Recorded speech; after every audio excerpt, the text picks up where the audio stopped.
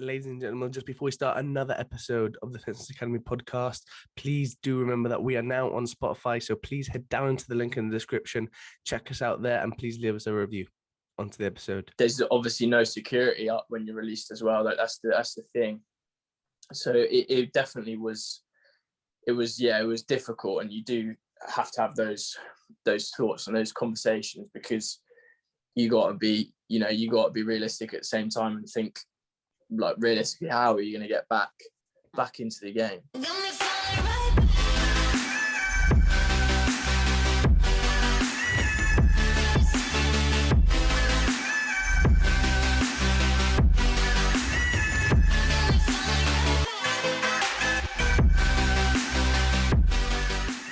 Welcome everyone to another episode of the Fitzness Academy podcast.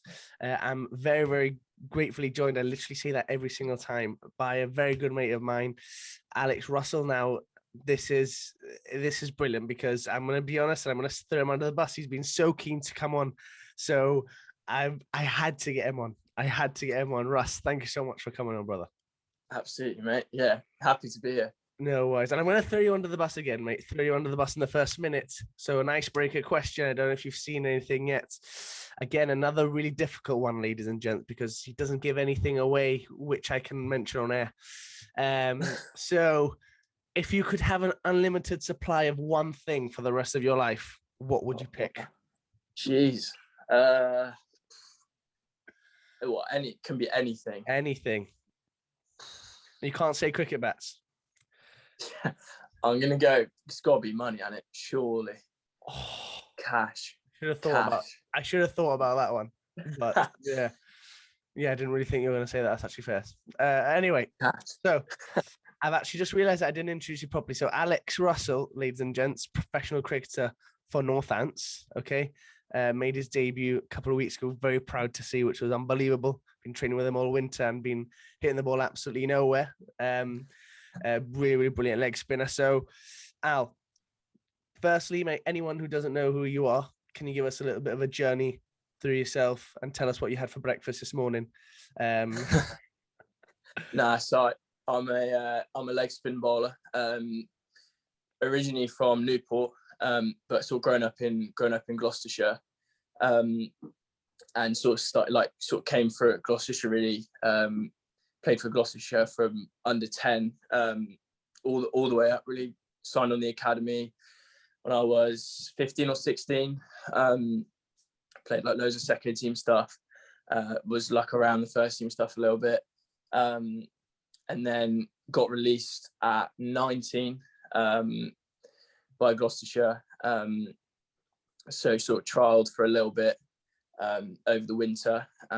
Was lucky enough basically to get picked up by Northants after one second team game. Sort of played one game and got picked up, which was quite lucky to have that opportunity, really, which is obviously where I am now. Well, he's skimmed over it, but we're going to get into his journey quite a lot, because thankfully, obviously, over the winter, thankfully or unfortunately for myself, I've spoken to him a lot over the winter and absolutely numb each other's ears off. No, but his story is absolutely unbelievable, Al, and you might not think so from yourself, but from an outsider anyway. So starting off obviously with your time at Glos, because obviously I think it's important. Obviously we had Wardy on, obviously another good mate of yours as well. Another Fitz Academy athlete as well. Obviously by the time this goes out, Al will be another Fitz Academy athlete, by the way. It's not just because my mate, and he's unbelievable journey, like I said. So Al, perfect person to have as a part of the family. So but like sort of that does obviously that journey through like sort of the academy age groups, because obviously we've had other cricketers on who possibly haven't been in that academy setup before. Does it prepare you to sort of either sign a pro deal or then sort of be released like it is? Because obviously I can't imagine what that feeling is like to be told, unfortunately we can't do that. Can you obviously it's a bit of a better story and you can obviously look back on that, still being a professional, but can you explain to us how that felt? Yeah, it was tough. I mean, to be fair, one thing I'd say that the academy setup at Gloucestershire was pretty good. There were some good coaches there. But yeah, it was tough because for someone like myself, I was on the academy kind of from 15, 16 all the way up to 19. So I was kind of on it longer than most people would be. Most people kind of start it at sort of 17, 18. So I guess to be on it for that long, it was, you know, sort of all the way from having just finished sort of secondary school all the way to 19 was quite difficult getting released after that, because you almost grow up. When you're growing up, it's, you know, it's all, you know, like going in training with the first team as well as an academy player and stuff. So you sort of do all that for a long time. Like you sort of get used to being there, and suddenly, to be told it's obviously challenging.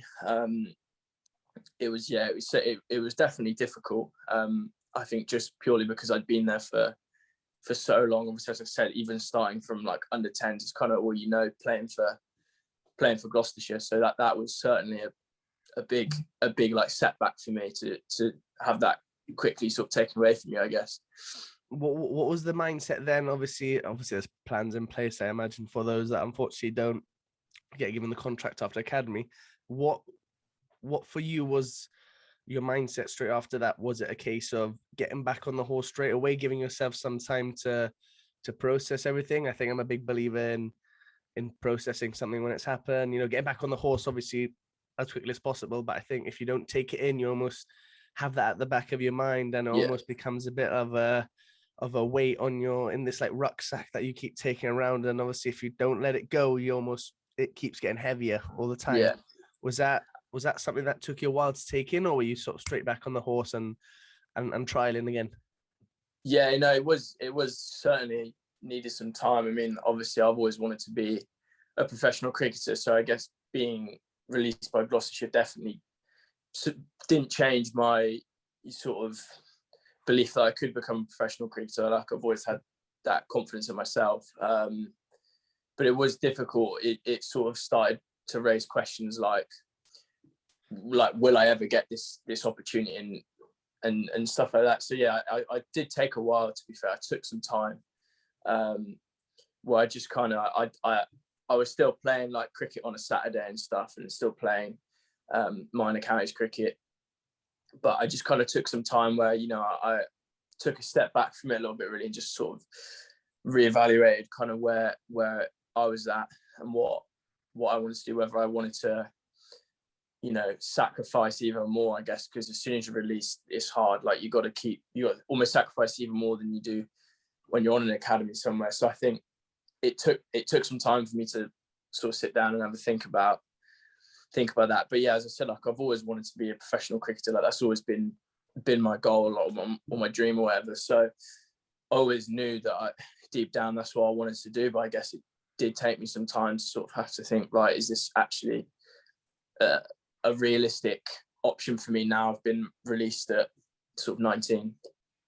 Did that, looking back on that now again, did that tarnish what your sort of love for the game or like willingness to carry on then in that sense? Obviously, I think obviously everyone at an academy level would probably still think that they could make it professional, but did it, again, like being realistic, and it's obviously a tough thing to talk about, obviously getting a little bit easier now that you're back on the pro circuit, but was it something that almost deep down you knew that it had taken a little bit of an impact on you, knowing that something outside of cricket has almost affected that, if that makes sense?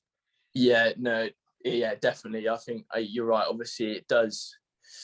It is difficult because the natural pathway that I'd say probably 90% of professional cricketers in this country go through is they sign on the academy, their county, and then they go up and then they sign a pro contract like after the academy. There's not many guys that have been released after playing for an academy and then they sign somewhere else. Like it's hard. So definitely like that has a big impact. Like you do sort of look at it and go, like what's going to happen here, because there's obviously no security up when you're released as well. Like that's the thing. So it definitely was. It was difficult, and you do have to have those thoughts and those conversations, because you got to be realistic at the same time and think like realistically, how are you going to get back into the game?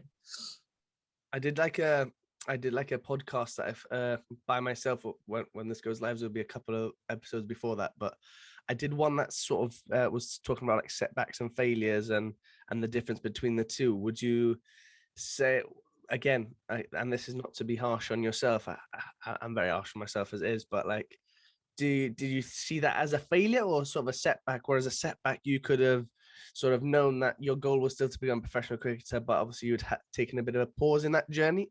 Or was it a failure for yourself and you knew you had to reevaluate it and change goals slightly to trialing and going to these various clubs and trialing? I think the natural response for most people is you naturally think it's a failure. I think that was definitely me for the first probably a couple of days, and then you start to have a think about it and stuff, and then you start to realize actually it's just a setback, like, and it probably only took me a couple of days before I started to view it as more of a setback, which was probably quite a bit of credit to the people I had around me at the time as well. I was lucky that I had quite a good like support network around me, that were kind of able to say those sort of things, those positive things that you need to be hearing at that time. But I think it certainly for me, the natural response was, I like this is a failure. And then obviously as time goes on, you start to view things a bit differently. Did you know sort of immediately after that you were gonna sort of keep trying again straight away in that sense straight away? I think like, again, like it's such a balancing act, isn't it? Because I think whether it's a setback or a failure, you still need to get back on the horse, and obviously you still need to keep trying, because I think you can agree for a release cricketer, there might be an opportunity that come about, and obviously thankfully there was. But did you struggle to almost see that for a little bit? And we're going to get onto that specific moment in a second, because this is something I will never forget, the way that Al did this, and I'll tell you now. So basically, obviously finishing training down here in Cardiff, and then he would be going elsewhere to different parts of the country to travel for a couple of hours or a day, and then come back down, and you would see him a day later. And I just admired that sort of, it's something that you don't really see, whether you're professional or not professional. The work ethic is absolutely unbelievable in that sense. So that's one thing that stood out for me, and why I wanted to get Al on the podcast, and why he's now a part of the Fitz Academy family, is because that work ethic is sickeningly impressive, because I don't think that 99% of people would do that you did, mate. And then also, it's not because you're here. I've said that 1,000 times, I'll say it 1,000 times more. So from that sense, did you always know that opportunity was going to come, or did it take you a while again to almost be like, this opportunity it may be a bit tougher than I think, or what was your thoughts then? Yeah, I think it was difficult. I think the natural thing was, I was kind of looking at it going, well, where's an opportunity going to come for me? But I've got a very good agent, and I had a good chat with him, and he said that he's the type of person that if he had a player that he didn't think was going to get re-signed, he would be honest with them. And he said that he thinks I was capable of getting signed somewhere else. So to hear that from him was gave me a bit of confidence, and I sort of pushed quite hard after that. Did it take someone to tell you that, or are you very self-motivated in that sense? I think for me, I probably knew, like I knew I was probably good enough to get signed elsewhere. But I think there's a lot, especially for me, like there's a lot of self-doubt that started to creep in as sort of time progressed. So to hear that from someone else definitely, is going to make you, it's a good confidence boost. Like to hear it from someone that that knows what they're talking about, it's a good confidence boost.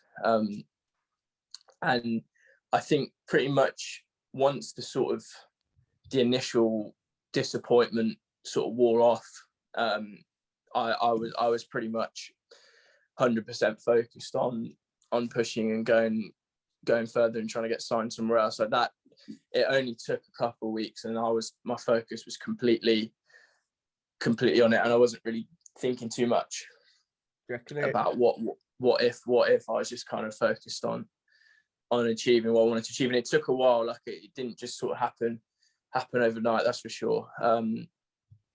But I sort of from there on in always had confidence that good things would come my way if I kept doing the right things. Do you reckon it depends person to person then, sort of, or cricketer to cricketer, from that sense, how they dealt with it? Because I think you see sort of players being transferred or similar to obviously like you see in football now from moving clubs. Yeah. And you don't really see that. You see that release and retain list at the end of the year and you're like, well, where's this person going to end up next? So do you reckon it depends on a person to person basis how someone deals with that? Yeah, massively. I think it's, you see a lot of people that, they will sort of, they get released and they don't want to keep going. They're not. That's fair enough, isn't it? And fair enough. That's obviously it. Like that's it. There's some people that's it for them. Like, and I guess it just completely depends on how you think, how you motivate, and what I guess what you're willing to sacrifice to go and because it is trialing is difficult. Like it can be tough, especially as sort of a guy trialing at a slightly younger age. Like it's hard. So you got to be willing to sacrifice quite a lot to get through. But I think it's good because it shows people, it does happen. Like people do get signed off the back of trialing. Like especially in these past few years, it's happening. Is happening more often than it has done ever before, I think. And you mentioned obviously the sacrifice, which I obviously touched upon there. Can you almost tell us about some of the struggles in that sense, or some of them sacrifices which comes with sort of doing the amount of traveling that you did in that time, which I spoke about before? What was it like? Yeah, that winter was, there was some serious traveling. I mean, so I was training with Warwickshire and Northants all winter. So I was up to Loughborough training with Northants, Edgbaston training with Warwickshire, and then I was also with Swansea as well, doing all the stuff with Swansea.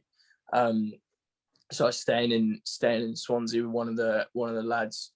So I was everywhere, like driving like 2 hours to get to training and stuff like that. Like it's a lot, but at the same time, when you can see it progressing, which I could from Christmas to a month after Christmas, 2 months after Christmas, I could see the progress every week, in terms of my own game, but also getting closer to that real opportunity. I could see it unfolding, which makes it so much easier because I felt like I was really making good progress every week, which is good.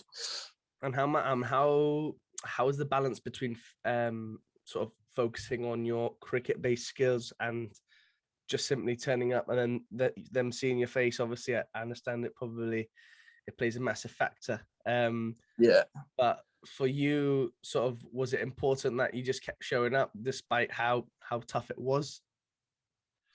Yeah, definitely. I think for me, I think I'd say for me it was just a case of, I was pretty lucky at Northants from the start. I had one of the coaches there is Chris Liddell, who I played loads of cricket with when I was like real young, sort of 16. And he was there, so I knew him from the start. So for me to have like a real familiar face there from the start was, again, that was good. That made me feel like there was a real opportunity there. But yeah, I think it's one of those where it's a big sacrifice, and it's one of those where if it doesn't work out, like it's a lot, but at the same time, someone that's willing to make those sacrifices is going to stand out in a good way. Like people are gonna notice it.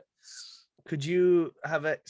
And this is obviously, it's tough for you to say now, but would you have been able to be happy sort of going into the season, playing club cricket, knowing that you've given it your 110% in that sense? And again, it's tough to say, obviously, because you're sitting here with as a professional cricketer now, but like sort of, could you almost envision yourself? Because I know for a fact that like you give it 110%, you can't almost be quite miffed off with yourself because you kind of done too much more. So what was your thoughts about that like?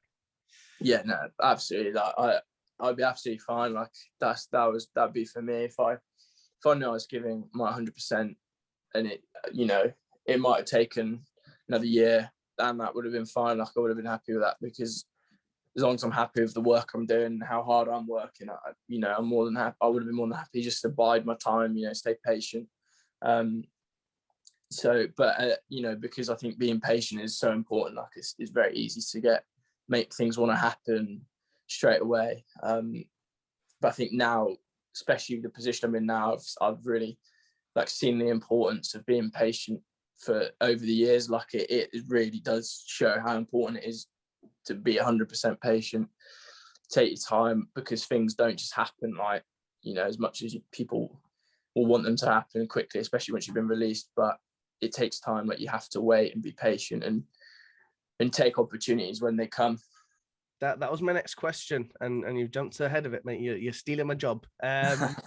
How does it get frustrating in a certain way? Obviously, I think it's a little bit different because obviously you're an absolute gun, so obviously they pick you up very soon after. But how important is it that obviously it takes patience? But I can imagine for someone who was working as hard as you were and traveling the amount that you were traveling, did they ever get to, I know obviously now we can talk about it now, thankfully, but was there ever some frustration in that sense in a certain way?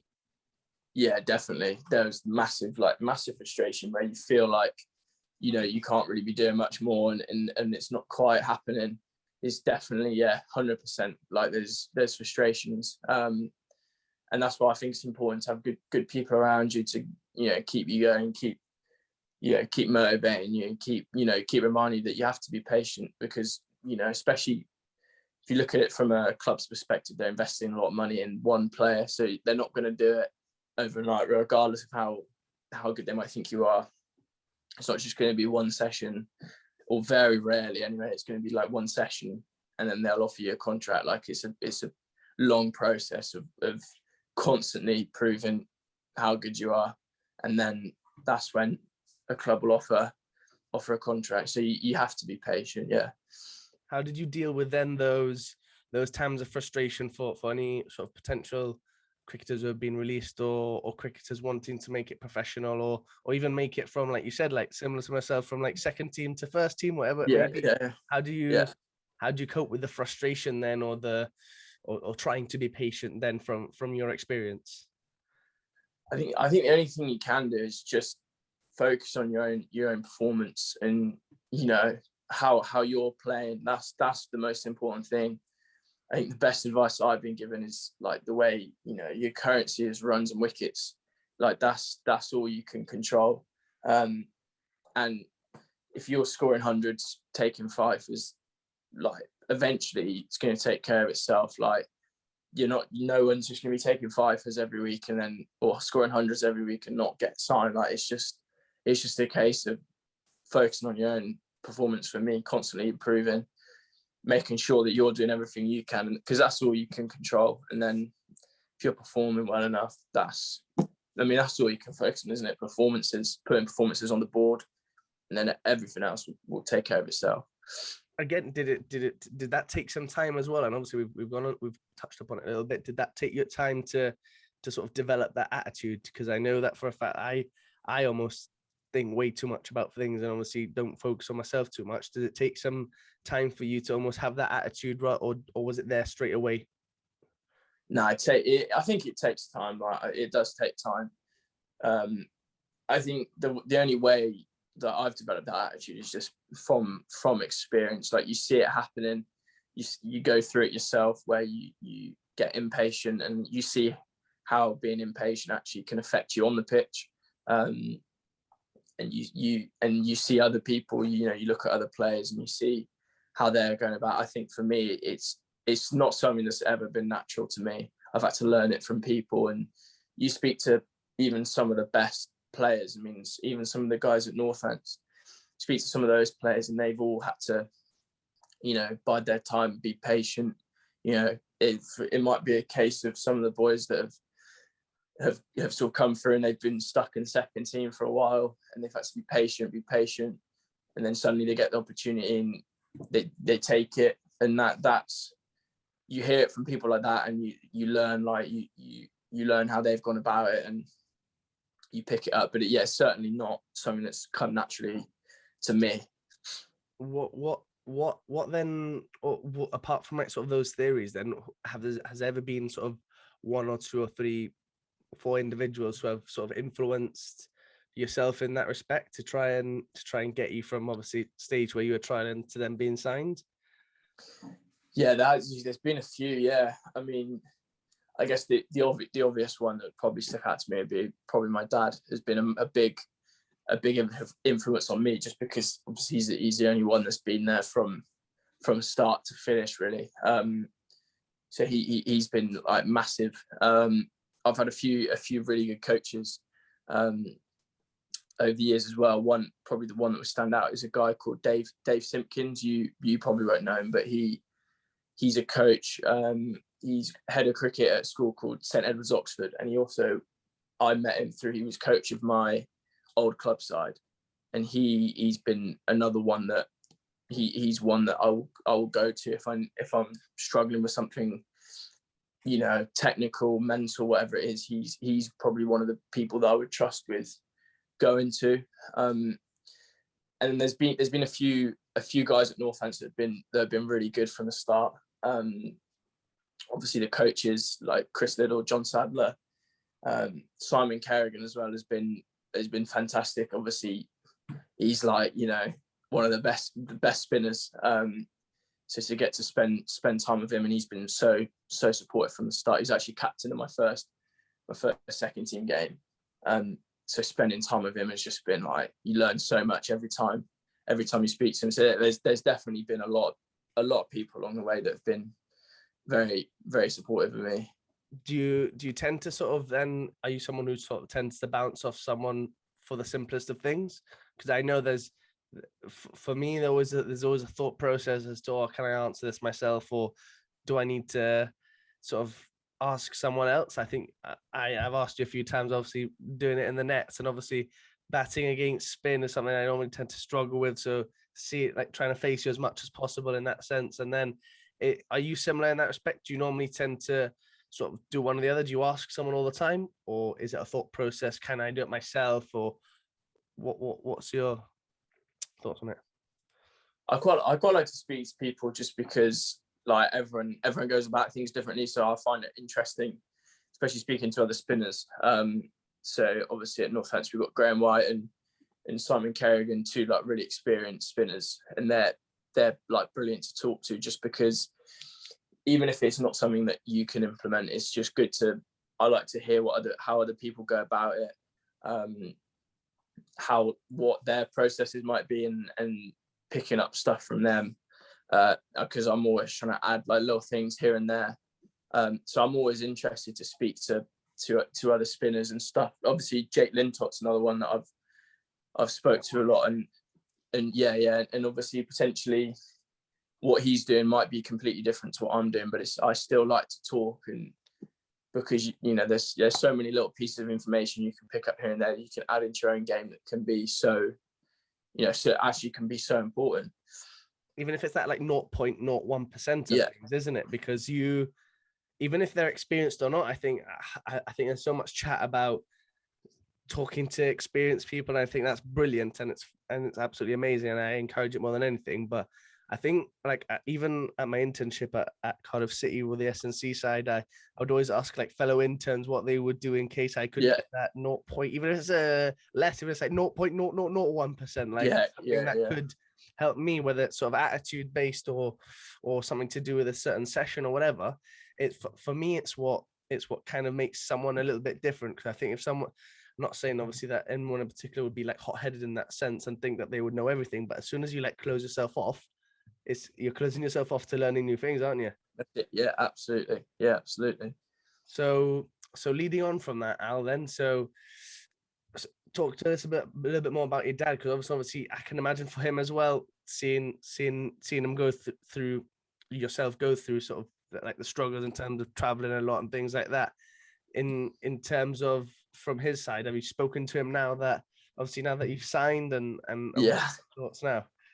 No, it's been good. Yeah, no, it's been good. Just obviously because he, like, yeah, as I said, he's probably one of the only people that's been like, he's seen everything. He's seen all the good and the bad stuff. And obviously, when I was younger, it used to be him driving me everywhere and stuff. So I think it's been nice for him to probably see some of his sacrifices sort of like progress as well. You know, go into something. And it's been nice for him to come. I mean, he comes and he's been at a few of the blast games and stuff, just coming, and I think it's nice for him to see, you know, where I've come from to where I am now. It's been nice. Yeah, and through those times, obviously from Gloucestershire to Northants, that time in the middle there, was there ever a time where you honestly sat down and had a conversation, again, similar to what you had with your agent, in terms of seeing what your options were, or was it always sort of, not obviously it was supportive, but was it always sort of positive towards like sort of you can do this kind of thing? Yeah, I think there's definitely been times where we've sat down and spoke like, what do we think? And he's always been one to be pushing me to keep going with it, keep being patient with it, keep working hard. So he's been like fantastic in terms of that, where he's always been, you know, he's believed in like me from the start, really, to be fair. Just in terms of everything, he's always been very supportive, and he's always believed that I can go and play professional cricket. So he's always been one that's been pushing me to keep going, keep working hard and keep sticking with it. I mean, obviously it's turned out well in the end. Yeah, you've done all right. Yeah, it's not bad. Yeah. So onto the next bit, which I think is quite interesting, because obviously it links in again with what we've spoken about. How important was it for you to go back and play club cricket then? Again, well, obviously didn't manage to do it for quite long, unfortunately. But or at least training with a club side like Swansea, or just in general, really, how important was that for you in terms of a long-term success? Because obviously very easily you could have obviously stayed up north or around that area, and then obviously kept training with obviously Warwickshire and Northants, and then obviously happily done that. But what was it for you that sort of, why was it important for you to obviously find a club side then? Yeah, the club cricket has been fantastic. I mean, especially Swansea, it's been brilliant. I mean, I think the main thing for me was it just allowed me to train loads, get like loads of work done over the winter, and like a club like Swansea is just like probably as good a club side as you're going to get, in terms of like the level of the team and stuff. So training with Swansea all winter was fantastic. Obviously you got real good level of cricketers there, like a good enough level, so it's really like challenging. Every session's challenging, and also like the people at Swansea, everyone wanted to train really hard and learn and work really hard, so it kind of, I fitted in quite well there. So that winter with Swansea was massive, just like obviously doing lots of stuff with Brad Wadland, who's another like fantastic coach, great cricketer as well. He's all right. He's all right. Yeah. Well, whacking 800s in a row, and yeah, he's decent. He can do it. He's probably like as good a club player as you're gonna get. So spending loads of time with Swansea has been absolutely brilliant. I got so much from that winter. Aside from like sort of the playing side, did that allow you, like, again, we spoke about it at the beginning of the podcast, did it allow you to almost find that love again for the game? Obviously you didn't hopefully lose it too much, but did it almost sort of reignite a little bit of a spark within that bit that you may have lost from that release?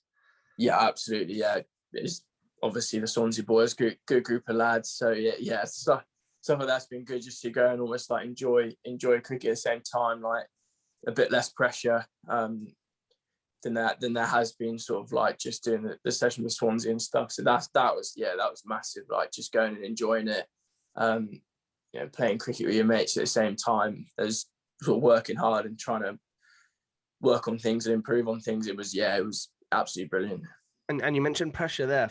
So obviously you can look at it from sort of two sides of the coin and be like, right, you playing with no pressure or versus sort of trialing at a club there. Was that attitude sort of similar? Obviously not since Swansea's same level as Warwickshire and Northants, but was it sort of similar attitudes when you were training with both, or did you allow yourself a bit of a sort of a step back and sort of change in mindset slightly?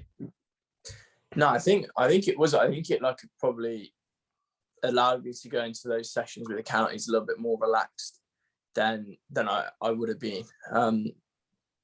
You know, probably more from the perspective of I was sort of playing cricket every day, training every day. So I felt like firstly like well prepared to go in and do that sort of stuff there. But also, yeah, I think it just kind of, yeah, I was just enjoying, you know, I was just really focusing on enjoying cricket and just going and training as well as I could with the counties, and just trying to transfer all the stuff I've been doing at Swansea over to the sessions that I was doing with the counties. So yeah, from that perspective, I think probably, yeah, allowed me to be a little bit more relaxed than I potentially would have been. Do you reckon that would have sort of been a little bit more difficult then if you weren't playing club cricket and you were just trialing at professional clubs? Because I think obviously a lot of people are very quick to sort of, oh, right, where's the next professional club I can trial at? Whereas, you know, I think obviously with yourself, it kind of seems that it's worked in your favor slightly, playing some club cricket, which I absolutely love and respect Miles. So for you in that sense, then would you change anything now? Thinking back, obviously seeing where you are now, would you obviously change it now? No, absolutely not. Definitely not. Like, I think I had the balance pretty good last winter, as I said, of like enjoying it, working hard. So I think the impact of doing the club stuff is shown in also the fact that when the season started, I was 100% ready to go because I've been playing so much over the winter. So yeah, definitely that was a huge thing. Yeah. So then from a sense where, well, obviously you've got all this experience now, what was your attitude obviously when you went away to play the ECN in Spain? Because obviously that's quite close to Gibraltar in that sense. So it was quite cool. Obviously I hadn't known you just yet, but what was that like for a time? Did you have the news then by that point, or were you still with Gloucestershire at that time? Yeah, so I wasn't with Gloucestershire at that time. To be honest, it was really exciting.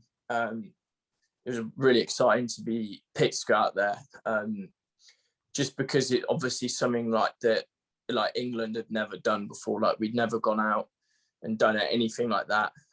So we were all kind of going into it with no idea sort of what to expect. It was a lot of lads that I didn't really know. Like I'd only played with a couple of them. So we were all really excited. Obviously, getting to play for like an England team was pretty cool. And then obviously T10 cricket was something that I'd never played. I don't think any of us have really ever played. And it was on TV as well, which was brilliant. So that was just exciting. Like we were all just really excited to be there. And I think that was good. It sort of gave me something else. You know, obviously I had been released by Gloucestershire, and that was just like a real good, like a good thing. And obviously to be able to win it as well was pretty cool. Like I look back at that as sort of one of the best moments in my career, and I'm sure all of the lads that went as well would say the same thing. Like obviously all of the stuff that a few of the boys have achieved in obviously professional cricket and stuff, I'd say that would be up there definitely for one of the best moments of my career. And I suppose some of the listeners or viewers now can sort of say, oh, well, it's not the same thing. I don't see any sort of difference in that respect then, because you are sort of, again, you're going away representing your country at the end of the day. So for you, did that give you a bit more confidence in the tank leading into that winter then? If you know what I mean, did that give you that a little bit more sense that, all right, I can sort of do this still, and I suppose did it take almost things like that to keep you going through the harder times? Like, I don't know, sort of going away with that England 11 and then sort of going sort of to Swansea, then playing there, and then you went away, obviously again slightly different, but did it take those sort of little sort of bits of that stimuli to kind of keep you going? Yeah, definitely. It was nice because it was kind of like definitely it was a nice way to sort of end a pretty difficult season. To that, and I think it was good. It gave me quite like a little bit of exposure. I think obviously playing on TV, there was quite a lot of like stuff on Twitter about it as well, which I think was good. It kind of gave me some, put me out there a little bit, which I think was good. And it was obviously tough. Like the cricket was good. Like it was on AstroTurf, which is a spinner's pretty challenging, small boundaries and stuff. So I learned, like, from an actual cricket perspective, I actually learned a lot from playing up there, as I'm sure all the boys did as well, because it was something completely different to what we'd ever played. So coming back from that, I felt like I was much more of a well-rounded cricketer from having to go and play in that. It was a real like positive point in quite like what was a pretty difficult season. You mentioned sort of being well-rounded there. Is that sort of something which, and I know this now, sort of again coming with a bit of experience now, how important is that for the young cricketers listening or watching to sort of be well-rounded? I think it's important, and it's quite basic in that sense, but so how important is it, to work on your fielding, work on your batting, how important is that? Yeah, I think it's huge, especially in the game, how the game is at the moment. I mean, that's one thing I've been working massively on is fielding, because in the T20 games now, the fielding's just, it's a different level, and isn't it? Yeah, it's incredible. It's a different level, especially a club like Northants. We would like pride ourselves as probably being one of the strongest fielding sides. So it's just dragged my fielding up so much, because you're surrounded by some exceptional fielders. And Rob Keogh's catch, how good were those two catches, mate? Unbelievable, mate. I saw them. That's one thing which, sorry to interrupt you there, but I think it's something so important. You have a bad day with a ball, you have a bad day with a bat, you can still influence the game, can't you? Yeah, massively. I mean, we see that from him, like every warm up, he's doing that sort of stuff, like, and it just shows the level of his fielding. He's another one. He just drags everyone else's levels up, because he leads with his. I mean, his fielding is, I mean, him and Safe Zabe, you got one on one side of the ground, one on the other side of the ground, and they're just like, and Graham White as well. They're just like, their fielding is like up there, like right up there. So it pushes everyone else up, and it shows how important fielding is. You can win games with your fielding, like very, very easily. Catches win matches, isn't it? So absolutely, yeah. Or in my case, dropping them, breaking your finger, and then losing it. Oh no, James. No. So obviously, what's next for you then? Obviously, we'll sort of move on to what's next for you then, because obviously, I think it's quite an exciting time. I think it's important to accept, obviously, that it's tough coming into a new side, and it's tough to sort of move into there. But you played the other day, watching the stream, and you looked a part of it, and that's obviously a bit of an understatement. But how did and ended up getting Liam Livingstone out, probably one of the best, if not the best T20 batters in the world right now. For you, sort of, how did that feel to sort of finally be there in that sort of level again? Yeah, that was good. I mean, I wasn't really, I was obviously nervous, but I wasn't as nervous as I think I thought I was going to be, because I've been in the squad. I've been in the squad for every game we've had. So we'd been to Trent Bridge, Edgbaston, and obviously we had home games as well. So I'd been to around some of the 4-day games doing 12th man and stuff. So like I'd actually been around the first team environment quite a lot. So when I eventually got the call at Old Trafford that I was going to play, I felt like I was pretty ready for it, just in terms of like I'd been around especially the T20s, like I'd been around the squad for every game, and the wicket was a nice wicket to spin on, big boundaries. So when Cobby threw me the ball, I felt ready to go. So it was obviously a fantastic moment to make my T20 debut, and I guess to make it, it's such a packed out Old Trafford and stuff was nice.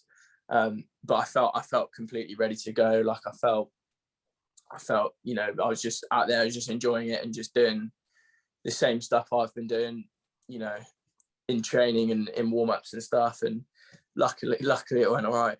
Yeah, it's not bad, mate. It's not a bad scalp to have on your CV, that. So what's next for you then in the lead up to it? Because obviously your attitude is unbelievable to it. Sort of even you mentioned being sort of excited to be that 12th man. Obviously, everyone wants to play, and obviously it's important to understand that, you know, so it's going to be times where you don't. But what for you is next for you in terms of doing what you're doing? Is it in terms of not changing anything and obviously waiting for when you get given that opportunity, like we kind of mentioned 20 or so minutes ago, waiting for that opportunity, being ready? So what's next for you, mate? Yeah, I think for me it's just a case of being ready to go, because hopefully there will be another opportunity or another couple of opportunities in this T20 competition, but even after that we've got loads of Red Bull games to go and 50 over competition as well, so there's definitely going to be opportunities for me. Hopefully there's going to be opportunities for me.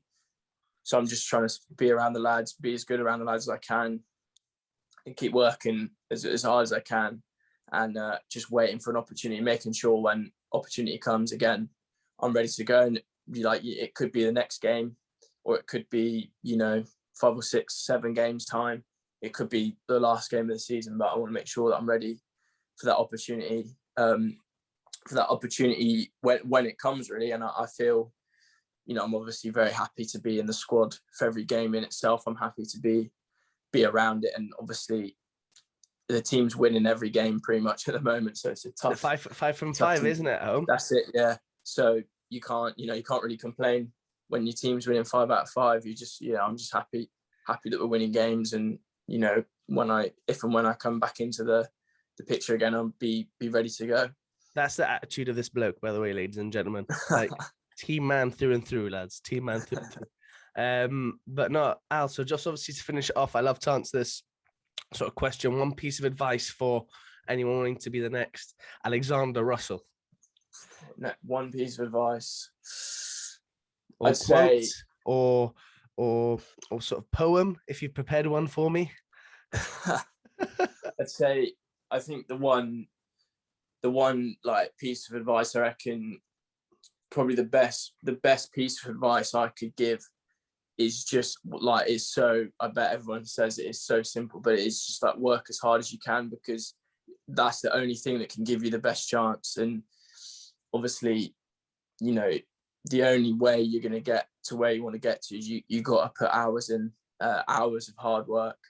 And you know, whatever it is like you do, it's just like, try and get as close as you can to perfecting what you do, and the only way you're gonna get good at what you do, and good enough at what you do to, you know, do it at the top level, is by doing it over and over again, day in, day out. And that's all I can give in terms of advice. I think that's the simplest way to answer the question of someone wanting to, you know, play professional sport. I think you just got to work incredibly hard every day at what you're doing, and get as good as it as you can. And there's obviously only one way of doing that. What a way to finish, ladies and gents. What a There way.